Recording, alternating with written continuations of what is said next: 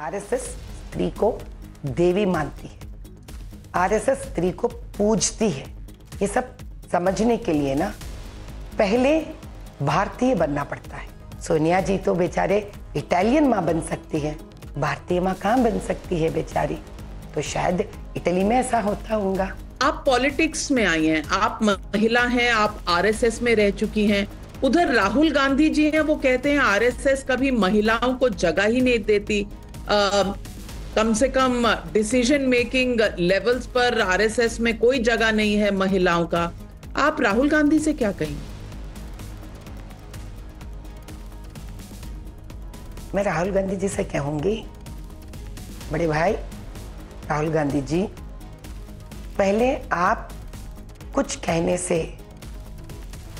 पहले आपको स्वयं बरी में उतरना पड़ेगा। यानी कि you get on to the field and understand. RSS स्त्री को देवी मानती है, आरएसएस स्त्री को पूजती है।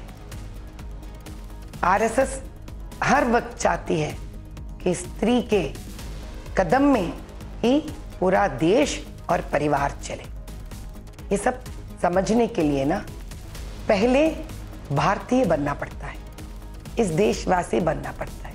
बेचारे वो भी क्या कर सकेंगे नाविका जी, मम्मा तो फॉरेन है ना, तो सोनिया गांधी जी कितना समझा सकते हैं देश के बारे में। पहले उनको भी जानना पड़ेगा।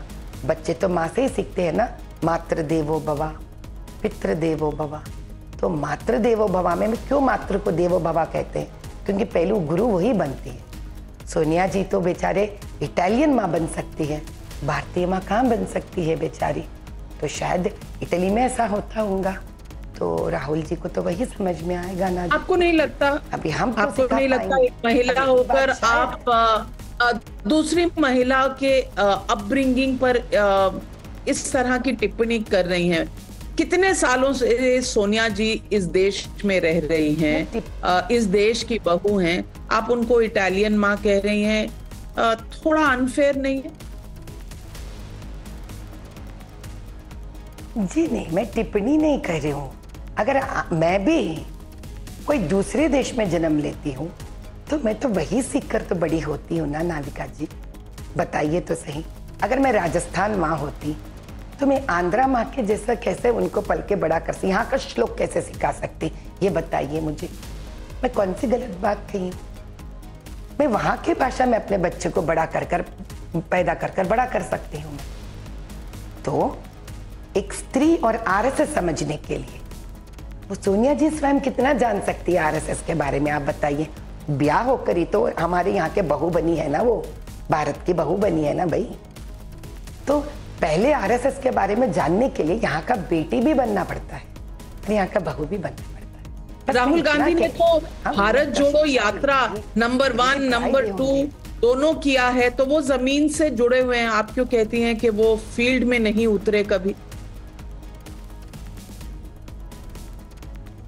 आप कितना भी भारत देश प्रिय, जब तक बचपन से लेकर आपने अगर थोड़ा सा भी सच्चाई, गरीबी, यहाँ का नागरिकता, यहाँ का संस्कार, यहाँ का इतिहास नहीं समझेंगे ना, उस धरती की मिट्टी से आप कभी जुड़े नहीं रह पाएंगे। धरती की मिट्टी से जुड़ने के लिए उस मिट्टी में जीकर उठना पड़ता है नाविका जी।